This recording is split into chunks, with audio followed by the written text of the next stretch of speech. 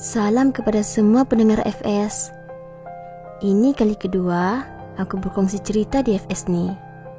Kali ini aku nak cerita kisah masa aku bergelar pelajar 11 tahun yang lalu.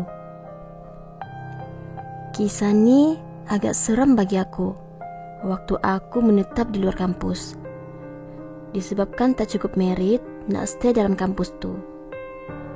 Jadi kami pun menyewa di satu apartemen yang agak selesa juga di kawasan Bukit Mahkota, Bangi. Aku pasti mungkin ada pendengar lain tahu tempat ni. Housemate aku ni seramai 7 orang, semua satu kepala.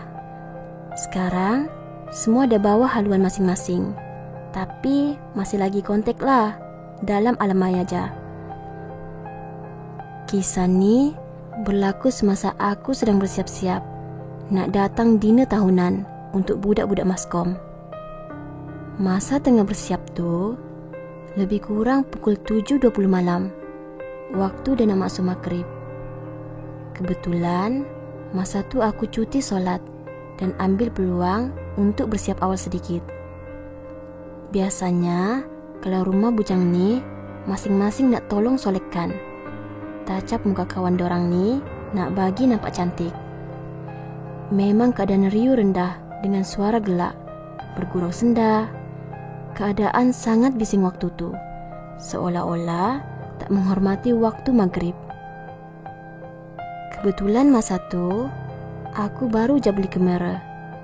Memang galak lah kawan-kawan ambil gambar pakai kamera tu, sebab aku ni jenis tak kisah kalau kawan guna barang aku. Masa tengah bersiap tu, kawan aku ni nama dia Has, suka sangat ambil gambar dan suruh aku yang dah pakai makeup ni untuk posing 3-4 keping macam tu. Bukan gambar aku je yang diambil, gambar kawan-kawan aku yang lain juga yang sedang menggedik pun diambilnya. Waktu tu memang dah betul-betul masuk maghrib dah. Bila selesai azan maghrib, aku pun keluarlah naik kereta menuju tempat acara. Tak ada apa yang berlaku pun malam tu. Dan aku balik rumah macam biasa lepas habis acara. Keesokan harinya, aku mainkan baliklah kamera baru aku tu. Aku tengok gambar satu persatu. Masa aku belik semua gambar dalam kamera tu, aku macam perasan beberapa keping gambar yang Has ambil semalam macam ada yang pelik. Bila aku zoom, masih tak jelas apa yang aku nampak. Jadi, aku capai wayar USB, terus aku transfer semua gambar dalam kamera tu masuk ke dalam laptop. Alangkah terkejutnya aku, beberapa gambar aku yang Has ambil, ada satu objek yang berbungkus di belakang aku.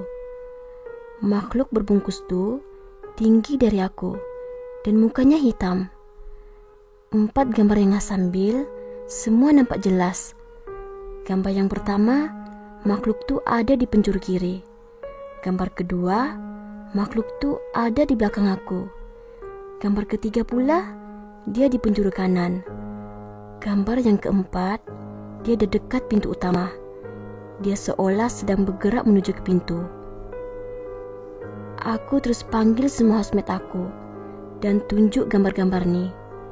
Semua terdiam dan terkejut. Masing-masing blur dan terus jadi macam orang bodoh. Aku ada bersembang dengan jiran depan rumahku.